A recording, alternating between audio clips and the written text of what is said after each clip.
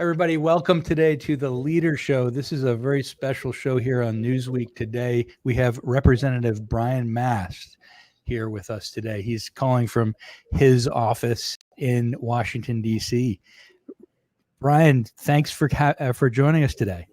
Thanks. I'm glad to. I would start with a correction, number one. That's not started off on a bad foot. It's not my office, right? It's the office of We the People. I have the honor of holding the office for a certain window of time. And in that, people should always, when they come to Washington, make sure to come by here, see their seat of government, of federal government, and ask questions. But it's just mine to sit in for a window of time. It's always the seat of We the People. It's a great perspective. I love how you see that, and I know a lot of CEOs who say that as well, who truly mean it, like you mean it, which is, I'm here to serve. This is who I am, and you have done that for the country for so many years, and in such selfless ways. And I want to first start that out by saying thank you, and I mean this. I know a lot of people say this to you. Thank you so much for your service, not just in operating Enduring Freedom, but in the U.S. Army for so many years, and all you've done for our country. It means a lot. I love the Army. It was the time of my life. I'm glad they paid me, but reality is I would have jumped out of planes, roped out of helicopters, kicked indoors, done the work that I had the opportunity to do for free. Like I said, I'm glad they paid me, but it was the time of my life. And as I tell folks, to be there for the times where you get to save life, you got to be there for the times that it might take your own. Right on. Yes, absolutely. And lives you did save, and Enduring Freedom you did serve for, and so many others in our country during times of need. So thank you so much, really, from the bottom of my heart. I was not there, and you were doing that for all of us, and you keep doing that as a congressman in We the People office. And so that's why I want to talk to you about different things today. Brian's he's a really cool guy, and just to let you know, he is so much like the people that I actually met Brian. He was so nice to everybody at a restaurant we met at, right, Brian? I just want to say this is the kind of guy he's got to eat too. And he was so kind, bought us lunch, had great discussion, talking to people like they were his friends. This is a kind, good person. And I wanted to just say that about Brian first and foremost.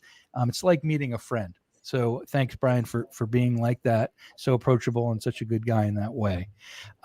Brian was kind enough to indulge my questions for today, which are really around current events, things that are happening around us now that when you do the gavel today, we'll be talking about in the House. The first is the UAW strike.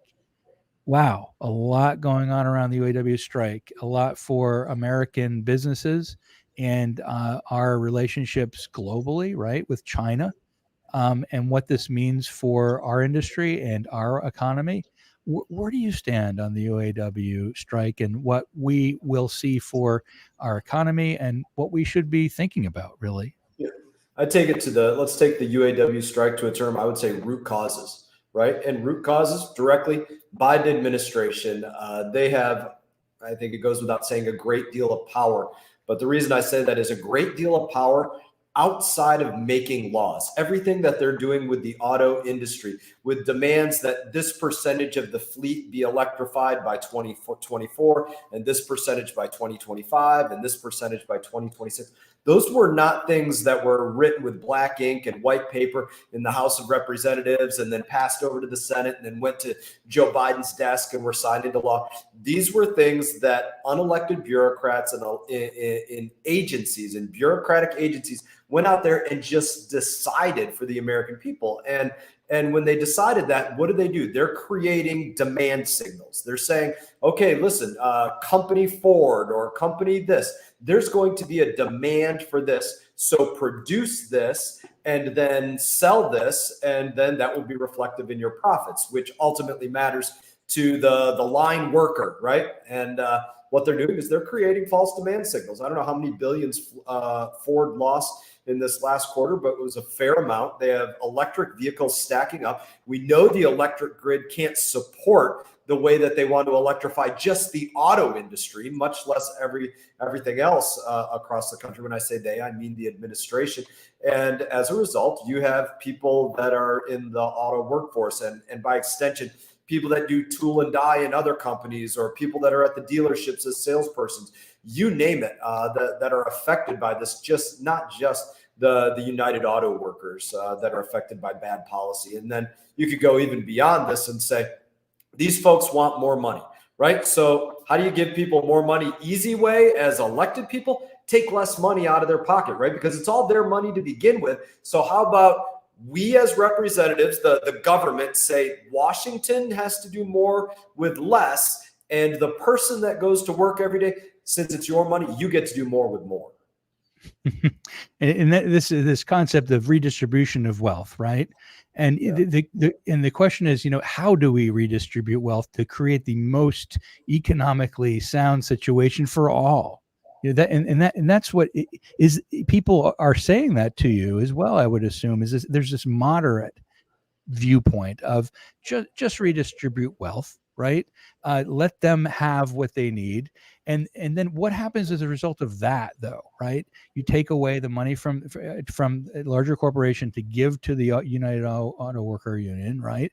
Now what, right? So are there other methods that other people are saying to say, what can we do to negotiate? Are there other things at play than just salary and just policy?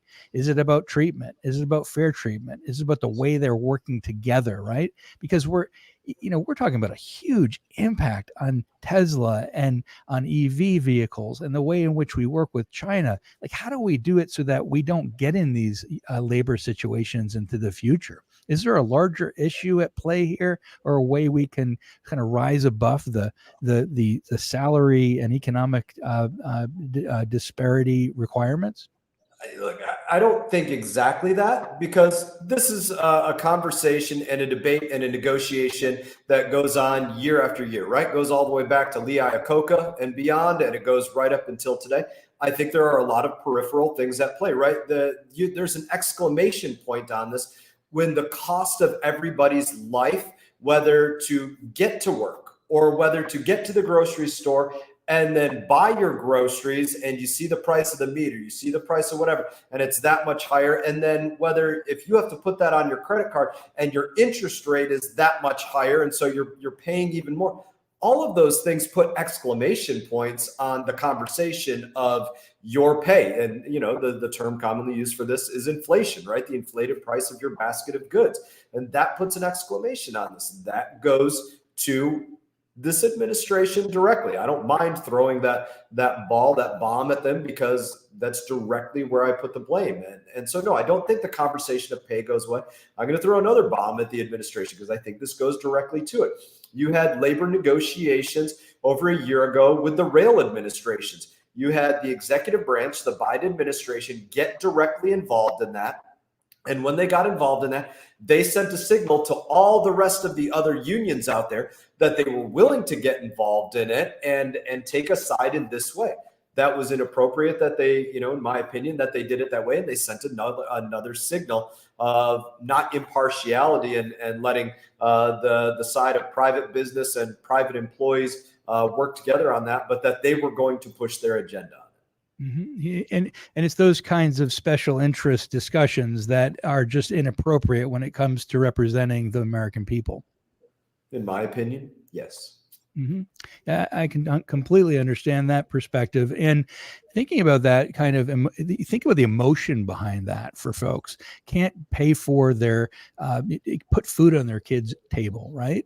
The inflation is happening, difficult, and feeling horrible about the amount of work they're doing on a continuous basis every single day to key into that emotion from a leader perspective at the top, essential, and to get back into motion really in service to the country, and the fact that we're going to be taken over economically by other countries in the meantime. Help people and you'll always win. Yeah, well, I put it in this perspective, and it's possibly the most frustrating part about it, right?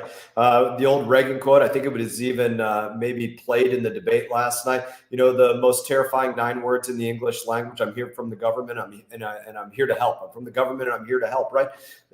And the reason that that's a terrifying statement that Reagan made a joke about is because the government isn't working always to help and move hurdles out of the way. They're erecting hurdles in many cases.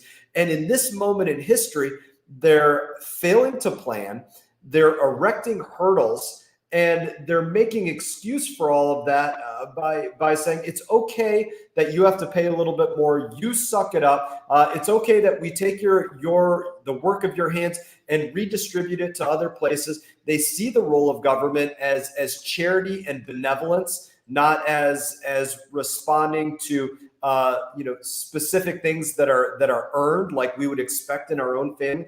And I think from top to bottom, from that to normalizing sloppiness in the Senate to a host of different things, they're leading away from moral absolutes, hard work.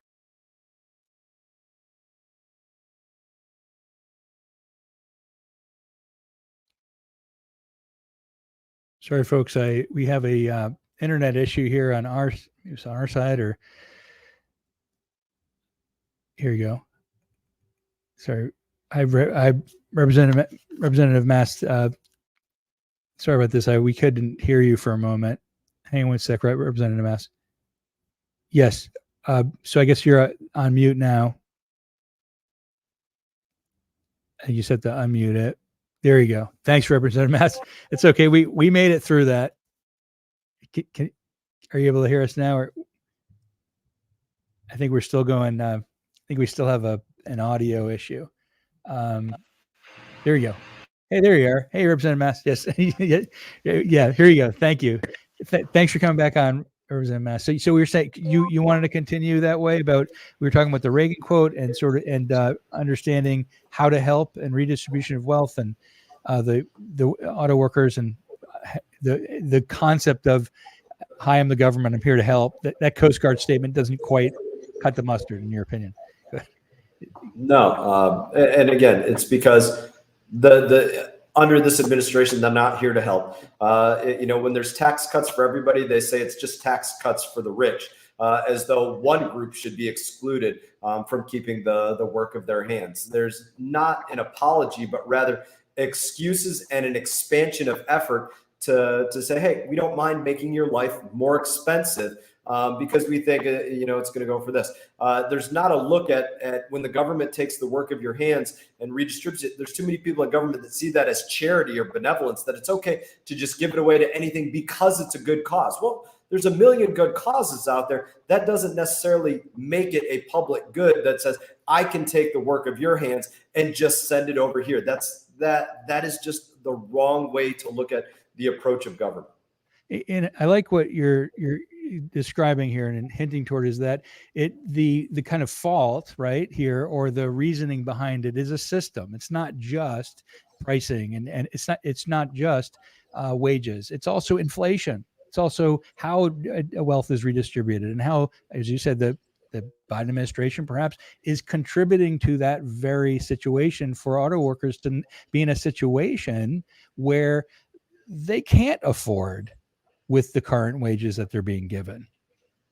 Yeah, it's not an if, the Biden administration. It is they are, and they're working to do it even further, right? I always use this as the example, right? We'll go to fuel prices and we'll go to groceries as a cost of living example, right? The term farm to table. Oh, let's go find a restaurant that's farm to table. There's no such thing as farm to table.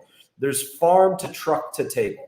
There's production to truck to place that you're buying something, or to your door front or whatever. There's a truck in the middle of basically everything. And I just use this as one example. If they don't care that forcing people into electric vehicles that they may not want, that may not fit into their driving schedule, or the size of family that they have to transport into places, that if they're forcing people into those things at an exponentially higher price, and in the process of doing that, empowering countries like China to enforce slave labor in places like the Congo and other places to get cobalt and lithium and the things that they need to produce their batteries. And the list goes on and on of the effects of this. The administration has put blinders on to say, we're not interested in any of that. We don't want to hear about any of that. We just want to make sure that you listen to what it is that we want to happen and accept that for what it is. I like what you said, the word forcing, right? Coercing doesn't work very well in business or well, I should say in government, right? Coercion is pretty much the opposite of the government systems that work very well. And what you're proposing and what you're saying and what you do is let's work with and let's work in open dialogue and allow people to make their decisions as voters so that they can live their best lives. And since it's the leader show, I'm curious actually about this for you as a leader. You've had the opportunity to be a leader in many different settings. And I like how you put it, it's an opportunity in those sense. So I want to go to the leader, kind of go to conceptual now. We can go back to some of the other stuff. Conceptual is, I like what this person asked. I'd like to learn about, and this is about the Army. I want to hear about the Congress. I want to hear about government too. But it's kind of overall question about leadership. Said, love to hear about the best leadership lesson Representative Mast learned while in the Army. Thank you for your service. Yeah, number one, easiest one, right? Best leaders never ask their people to do something that they haven't done themselves or they wouldn't do themselves. That has to be just the number one pinnacle trait of good leadership. Don't ask that of anybody that you get to be associated with. I would say, number two, I realized this, I was a bomb technician, right? So it was serious work. If I made the wrong decision, that could mean the life of one of my friends, or it could mean my life, right? And the reason that I layer that on leading today is to say this: the decisions that we make as individuals, they have real effects on other people. That's something that I learned in a very life or death way in the United States military. I'll give you one more. And, I've lost a lot of friends in combat. And I can tell you that there's not one of my friends that left this world because they were doing something to make themselves rich or famous or important, or to write a book about, or write a song about, or get a podcast about, or anything that you could say about that. They did it for the right reasons. They did it because they were willing to do anything for their brothers and sisters to their left and right, and because they believed in what they saw as the tenets of the United States of America being worth the last breath in their lungs. And to give you just one more quick point on that, what America means to me, it means that when I have a flag over there, you can't see it, it's out of the shot, but when I wake up under 50 stars and 13 red and white stripes, I get to decide that today is a better day, or it's not. It doesn't matter what yesterday was. No matter what, in America, I always get to make today a better day. I can start 20 businesses if I want. I could leave work and go to do something else entirely. I can educate myself if I want. I can save if I want. I can make the decisions that I want for myself every day, or I don't. But I bear that responsibility. And it doesn't matter if yesterday I lost 2 legs and a finger. I get to wake up the next day and make it a better day. Right on. And you have shown that. And that concept that you're bringing up in leadership, one that I think about is impermanence. We can make change one day, and we may not be able to sustain that change the next day unless we make that choice to do it. And you're saying make the choice each day to do better, to be better constantly. And you have so many choices when you're looking at that flag every single day. You choose the choice to lead. You lead with integrity, honesty, and ethics. Yeah. Go ahead. I get to speak to a lot of kids in high schools. I'm always going there trying to push them into the service academies like West Point, Naval Academy, Coast Guard Academy, Merchant Marine Academy, Air Force Academy, you name it. Always trying to, make them know that that's an option. But whenever I speak to them, I always tell them, look, you got to live life by experience. You can't just live it virtually, looking at Facebook, Twitter, Snapchat, social media of some sort, you name it. You get to wake up every day and you get to decide. Are you going to spend your time in pursuit of your dreams, exhausting yourself fully to achieve your dreams? Or are you going to spend your time working your thumbing through your phone, looking at somebody else's pictures, how they live their life, not achieving your dreams, or making your thumbs as strong as they can on, playing whatever the best video game is out there or something like that? That's a choice in your time that in America, again, you get to decide if you make it a better day or not, if you're reaching your dreams or not.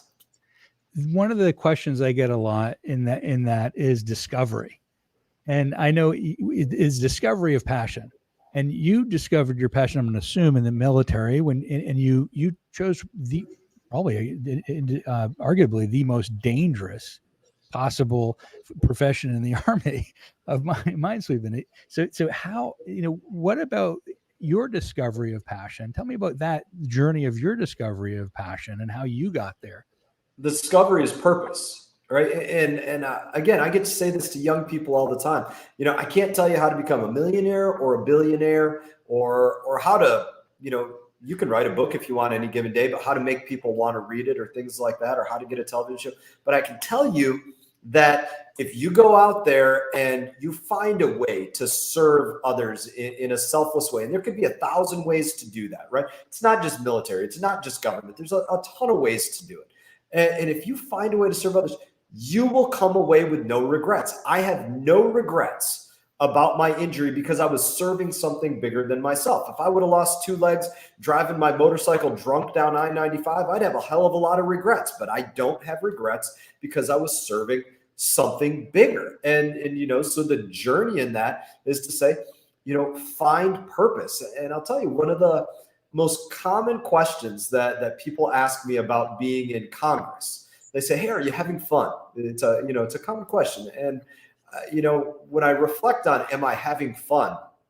The reflection is that fun is not its job.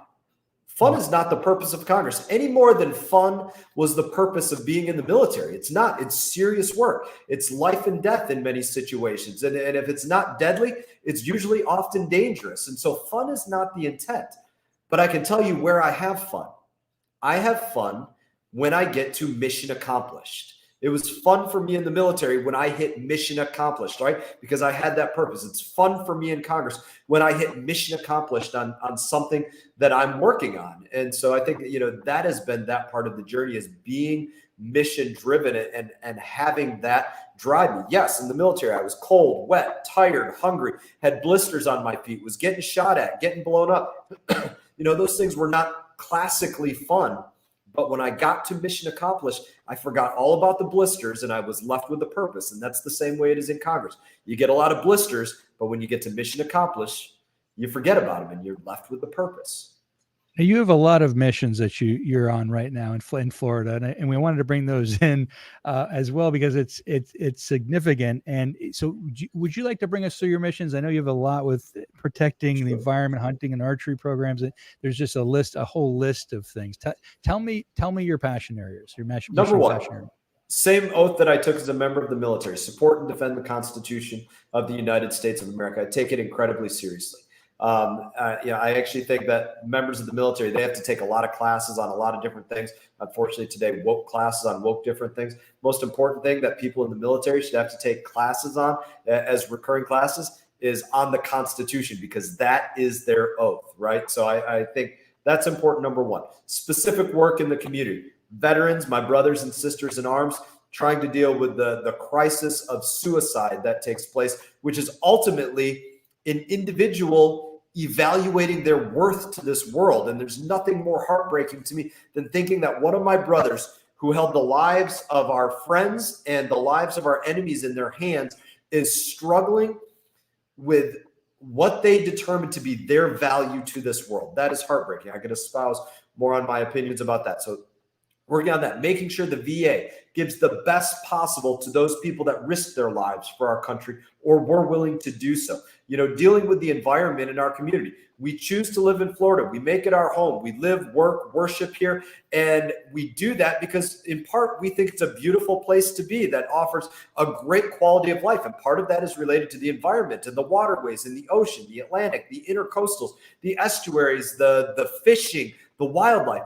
I wanted conservation to drive so much of what I do so that we have a beautiful place to live that, unfortunately, because of government in many cases, has had bad policy that hurts that, which is businesses, home values, restaurants on the water, things like that, literally the health of individuals. So that's very important to me. I chair a subcommittee on the Foreign Affairs Committee of Oversight and Accountability. So dealing with diplomacy for the United States of America. I know you pay attention to Ukraine. What's going on with Ukraine? What happened with the Afghanistan withdrawal? And a host of different things. You have to be able to walk and chew gum in doing this, vote on the breadth of issues that the United States of America deals with. But those are certainly some of the things that are top on my plate. That's outstanding. I know we only have a few more minutes. I want to shag two questions. Good golf in Florida, so shag. First of all, this one, just thanking you for your service. I want to make sure you see that. And this is an interesting one from Scott Bax, and I especially in relationship to what you're talking about with different stakeholders and implementing all these various new missions that you're having in Florida. It's leadership ideas around how you bring different stakeholder groups together with opposing viewpoints to solve challenges. That's pretty much one of your major jobs, right?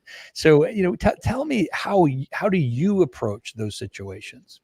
So I'm going to talk about a couple different dynamics I see going on in the world with this that I think, can help towards leadership on this. So you have a situation where often in social media, whether the social media platforms do it by algorithm or people do it by choice of interaction, sometimes people isolating themselves from what is different or opposing to themselves. And while I see that, I'm giving you my personal experiences, right? While I see that play out on the social media side of things often, I find in the one-on-one interactions with people that come into my office on a daily basis, of which I usually have meetings in here from, let's say, 8 a.m. to 6 p.m. There'll be people coming in and out of the office and lots of work even outside of that. The best interactions and conversations are not with people that I'm just nodding my head saying, yes, I absolutely agree with that, and that, and the conversation's over. No, it's where I have a difference of an opinion, or I need to learn something about their experience, or they need to learn something about my experience. And those are the best interactions and the most appreciated interactions that I see that take place. And so, when I look at that in terms of the question of bringing opposing groups together, I say, make sure that your yes is yes and your no is no. And don't think that people only want to hear from you if they agree with you. They will learn something from you and you will learn something from them. Maybe you still stick with your same place that you come down on, but the why really matters. And that's where you have a real conversation and a real debate with people when you don't just talk about what do I believe, why do I believe that? And that's where you learn about those opposing viewpoints, in my opinion. And, so in that's the leadership example that I would say I'm bringing opposing groups together. Let your yes be yes and your no be no. And I'll give you one other illustration on this where it's so frustrating in Congress. So, I'm going to go to the floor of the House of Representatives in a little while. And I'm gonna chair the floor. I'm gonna be the person up front holding the gavel and recognizing people from both sides. And I can guarantee you what's going to happen. I'm going to hear people from both sides saying, Republicans are the worst for this. They hate dogs, cats, ducks, children, whatever. They hate all of these things, right? And I can tell you that if I walked off the floor and got into the elevator with those individuals that say those things, that would not be the conversation. The conversation would be, hey, Brian, how are you doing? How's your wife? How's your kids? I love it when you bring your sons up here. When are your sons coming up again? I've got this legislation I'm working on. Would you think about signing on to this legislation? I think it'd be a great addition. I hope that you consider it, you name it. And the point that I'm making is you can't say that I'm this on the floor of the House of Representatives in one breath and 2 minutes later be jovial and buddy with me. One of those two situations is not true. And I don't really agree about a rat's caboose, which one of them is true or not true, but be true to the one that is true, right? Don't be two-faced in that way. And that hurts opposing groups being able to come together and find a common ground. Excellent. That's excellent. Living your truth and staying with the purpose, enabling that one purpose to be at the center of everything. And how can we say one thing and do another? What are we achieving, right? In doing that, what we need is more elevator conversations everywhere where we don't. I'll tell you what you're achieving. And I don't know how much more time we have here, but you're achieving the greatest addiction, the worst addiction in Washington, D.C., and maybe in many other places, and that's this. Right? That's the greatest addiction in Washington. People want more claps, more likes, more shares, more retweets, more whatever. And it doesn't matter if what they're saying is truthful to themselves. They'll say it if it gets them more of this. We have a last question. I know you have a handler there, though. I don't know who it is who needs you to go at 12:25. Can I ask the last question? Go ahead. Or do you want another one? I'll take one more. We'll wrap it up. I like this. How do you stay so positive when you're faced with frustrations and obstacles? What advice do you give young people who face unique challenges? I like that. I've been through serious physical challenges, obviously with the loss of my legs, serious training challenges on a daily basis as a part of the military, serious challenges on mission as a part of the military, serious challenges with the direction of this country as an elected representative. And, what I would say is have an approach, a repeatable approach to dealing with challenges. And I'll paint it in this way. I had a physical explosion in my life. We all have explosions in our life. They're not all with bombs. They're with family. They're with education. They're with work. They're with our mental state of being. They're with 1,000 different things. We can all have explosions in our life. We got to train ourselves to be stronger, be resilient, think calmly, collectively, and deal with the problems that are faced in front of us. Not run away from them, not curl up in a corner and quit or start crying or anything else, but look at it, determine how we deal with the issue. And ultimately, if I bet anybody that pays attention to you or even you yourself, tell me something that made you who you are. Tell me about the experience that built your character. You're not going to tell me about the easiest thing that happened where you walked out your door and this thing just fell into your lap and it happened to you. You're going to tell me, and most people are going to tell me about an experience that challenged them, because those challenging experiences are not just challenges by themselves. They're opportunities to make us ultimately who we are. And it's like going to the gym, hitting the bench press, or going for a jog. You push yourself to exhaustion because you know that it's going to make you stronger. And this is no different. Bonking. We got it, as they say in Marines, bonking, pushing ourselves beyond what we have. This is extreme wisdom, what we think we're capable of. We're having more thank yous. It was just it was awesome meeting you and talking with you here today. I know you have to go click the gavel, explore the differences and polarity between us and in America, and hopefully get to better elevator conversations that are the same in the elevator than they are on the floor, so we can all be at peace with ourselves and each other. Representative Brian Mast, thank you so much for joining us today, sir. I wish you the best. Wish you the best as well. Take care.